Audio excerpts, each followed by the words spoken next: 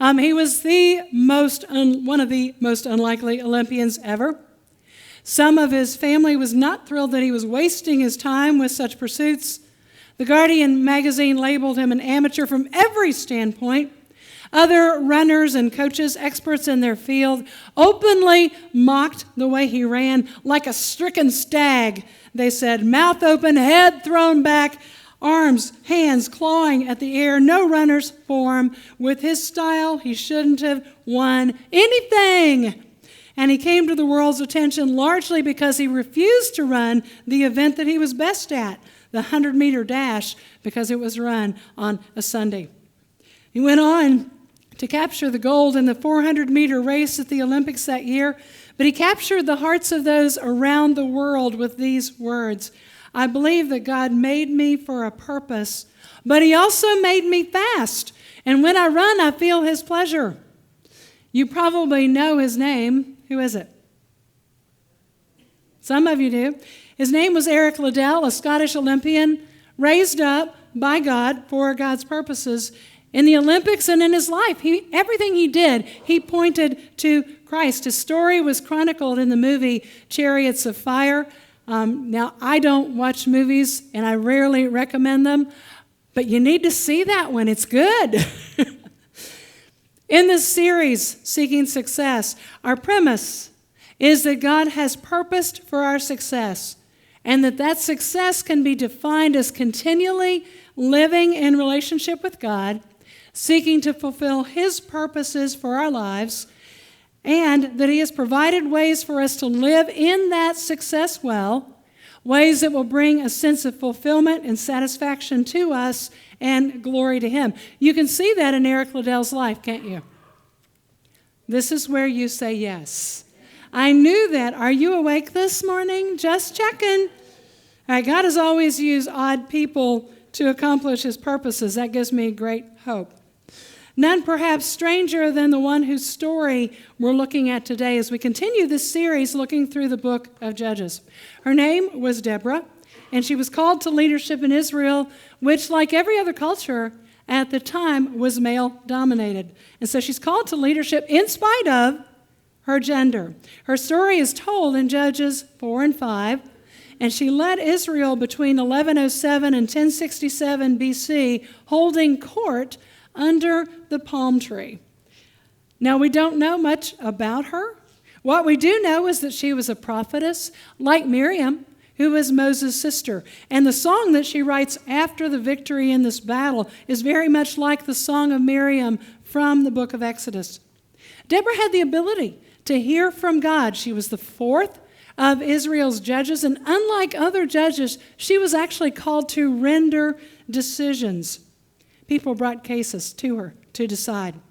Now, that in itself tells us a little bit about Israel's situation, because judging cases was the purview of priests according to the law of Moses. So the religious system wasn't functioning in the way it was intended to function in this passage.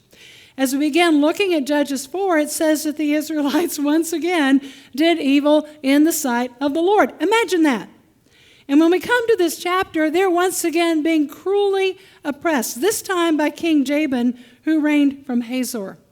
Now, that's a city that had been defeated and burned to the ground 200 years before by Joshua. So it's been recaptured at this point by Canaan. The city's been rebuilt, and some of that land that God had promised to Israel has now been lost.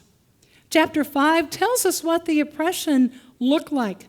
You couldn't travel on the main roads. It wasn't safe. The villages were uninhabitable for the same reason. So everyone had moved into walled cities because the open countryside was constantly being ravaged by these enemies. Chapter 5 also tells us they were in that state of constant turmoil and war, though they were God's chosen people, living in covenant relationship with him, a people that were set up to succeed. They'd chosen other gods and had turned away from him, which led to a decline in the nation. Any of you see parallels there today? King Jabin, the enemy king, had a commander named Sisera. Now, Sisera commanded an army that included 900 iron chariots. By contrast, among its 40,000 male inhabitants in that area, Israel had no weapons of war. She didn't have any shields. She didn't have any spears. She had nothing. To say that she was in an absolutely hopeless state is a vast understatement. But this is what happened. After 20 years of oppression, the people cried out to the Lord. Deborah heard the word of the Lord, and at his command, she summoned this one by the name of Barak. Now, we don't know a whole lot about him either, other than he was from Kadesh, from the tribe of Naphtali. And Naphtali was one of those tribes in northern Israel that was being cruelly oppressed by this enemy. Barak arrives, and Deborah tells him what the Lord has said, and he gives him a battle plan. The Lord, the God of Israel, commands you, go take with you 10,000 men of Naphtali and Zebulun, which is another tribe of Israel, and lead the way to Mount Tabor. I will lure Sisera, the commander of Jabin's army, with his chariots and his troops to the Kishon River, and I will give him into your hands. And when I was in ROTC in college, we used to have to lay out and discuss battle plans from successful battles so that we could then later apply those principles. And if you just look at this plan from the standpoint of a military commander, you can see the wisdom in it. The fighting men were to come predominantly from the two tribes that had a vested interest in the success of this battle. This is their homeland. Barak himself is from there. Mount Tabor, where they were to gather, is a commanding mountain. It raises 1,300 feet above the Jezreel Valley, which is the plain around the Kishon River. So you can see everything in the area from its peaks. They could see every single move of the enemy. Even the chosen battlefield is one that's well known. 100 years before Joshua's time, Pharaoh Thutmose III defeated the Canaanite army there. Interestingly, he captured 924 iron chariots. So this is not Canaan's first rodeo using chariots. Those chariots had barbs of iron on their wheels, so as they were driven through foot soldiers, they wreaked havoc. They were deadly weapons. This battlefield is the same one that in 609 King Josiah fought Pharaoh Necho. In 1799, Napoleon also fought there against the Turkish army. And in 1917, General Allenby ended the rule of the Turks in Palestine on that battlefield. It's a perfect spot for a battle. In fact, the book of Revelation says that it will be the place of the very last battle that's fought on this earth. You know it as Armageddon. That's the battlefield. The plan laid out, the command of the Lord given, Barak stops. And he says, you know, Deborah, if you go with me, I'll go. But if you won't go, I am not going to go. Some commentaries have tried to say that he was just being prudent. You know, if it's really from the Lord, then Deborah won't be afraid to go.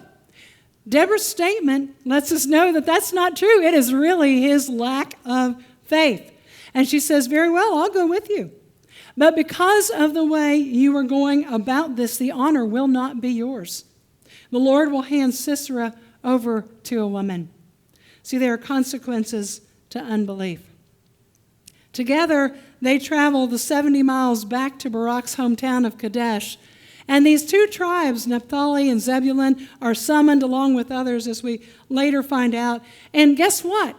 10,000 men show up, just like the Lord had said they would. There's a little side note there in chapter 4, verse 11, that tells us about someone else who's in that area. His name is Heber the Kenite. Somehow he's related to Moses' in-laws. The Kenites are smiths.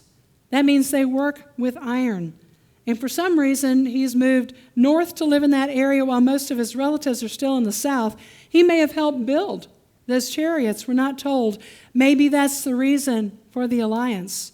Whatever it is, it appears that he told Sisera that Barak had gone to Mount Tabor to prepare for battle. And just as God promised, Sisera gathers his 900 iron chariots and all of his fighting force at the plain there around the Kishon River, ready for battle. Let me ask you a question. Who has really lured him there?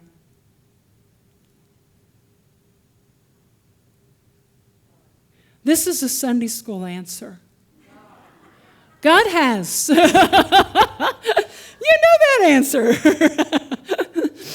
And so looking at this enemy just spread all over the plains from the top of Mount Tabor, Deborah looks at Barak and she says, "Go! This is the day the Lord has given Sisera into your hands. Has he not gone before you?"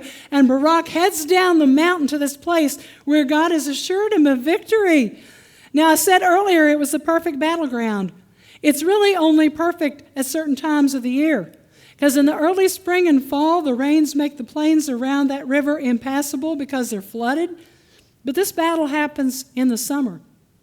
This is one reason we know that the Lord was actually fighting on Israel's behalf. We read in chapter 5:21 that those deadly chariots are swept away by the flooded waters of the Kishon River, because evidently it began to rain when there wasn't supposed to be any rain. To make matters worse for Sisera, chapter 4:15 says the Lord routed him and his troops. Now that's a term used elsewhere to describe a supernatural panic caused by God, and it broke out among Sisera's troops. The battle plans of Sisera are destroyed. His chariots are rendered useless. His army in a panic. The battle then quickly turns, and Barak completely destroys this entire force, all except Sisera, who flees on foot to this tent of Heber the Kenite. And when he walks into this area, he walks in to see Jael, who is Heber's wife. And we have absolutely no idea why she acts as she did, but she invites him into her tent, which is forbidden. She covers him. She offers him milk, a drink that's going to put him to sleep. And we soon find that Sisera has put his trust in the wrong alliance. And while he sleeps, Jael kills him, fulfilling Deborah's prophecy. Those who dare to press God's people are soundly defeated. And God will use that defeat to strengthen his people, because they can see then what he has done on their behalf, and they can continue to walk in that victory. In fact, they do until they are entirely free from this enemy king's power and from that oppression. Now that's an Old Testament story. 1 Corinthians 10 reminds us that those things that we read in the Old Testament are put there to keep us from making the same mistakes. They're intended to be warnings and examples to us, though God's purposes and plans are different in this age because Christ has come, hasn't he?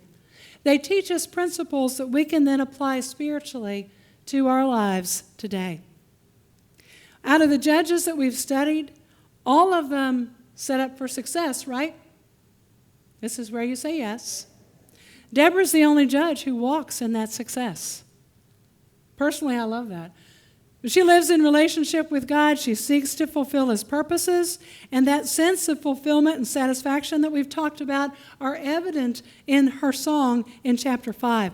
It's clear that her joy is full as she sings about what God has done, and she gives him the glory for every single bit of it because he's done mighty things on her nation's behalf.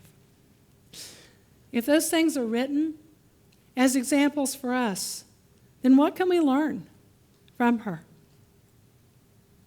I would suggest these. One, she believed that God would do what he said he would do, and she chose to act on it. She knows that she's heard from God. She's evidently heard from him before if she's got enough confidence to call 10,000 men to go into battle. Because she knows that voice, she can call confidently, assured of his direction. Now that's the first question on that handout that you got when you came in. How is your relationship with the Lord? Are you confident enough in hearing his voice that you can act on clear direction? And if not, what might need to happen in order that you can hear him? Second, she also called others to be the people of God that they were created to be. Starting with Barak, she asked them to step up and to step out in faith, believing that God would go before them. And through her call, 10,000 men defeated an absolutely undefeatable foe in a hopeless situation. And because she had that faith, an entire nation began to turn around. What could happen in ours, church? You may not have the faith to call 10,000 people out, but you can call one. And it can make a huge difference. Having refused to run the 100-meter for his country because it was on Sunday, Eric Liddell was called a traitor and far worse. But on the morning of the Olympic 400-meter final, one of the team masseurs handed him a folded square of paper, and on it were written these words. In the old book, it says, "He that honors me, I will honor." That message came from 1 Samuel 2:30, and it made a huge difference to Liddell. Who can you encourage to trust God and His promises? See, as Deborah spoke those plans of God to the ones designed and purposed to carry them out, God moved, and those plans changed the lives of her entire nation. Third, like Deborah and Barak, we have a unique position from which to view all things. One day I'm going to teach a little more on this, but for right now, Ephesians 2:6 says that we have been raised up with Christ and we are seated in the heavenly realms with Him. That's a gift that comes from the resurrection power of Jesus Christ. It carries us with Him into those heavenly realms. That means that we can see what's going on around us through His eyes rather than through the eyes of the world. We can also have His perspective on the things that are happening. Now, why is that so important? Because our culture and our society have said there is no God. They've said that the church is irrelevant, and if you listen to the media, every effort is being made to paint the church as archaic, foolish, and meaningless. Like Israel during Deborah's time, you can see the resulting decline in our nation, can't you? We're a mess. If we ever needed Christ's perspective, it's now. His perspective is very different. He has purposed success for His church. He's set us in place for such a time as this to transform this world, which He loves, one disciple at a time.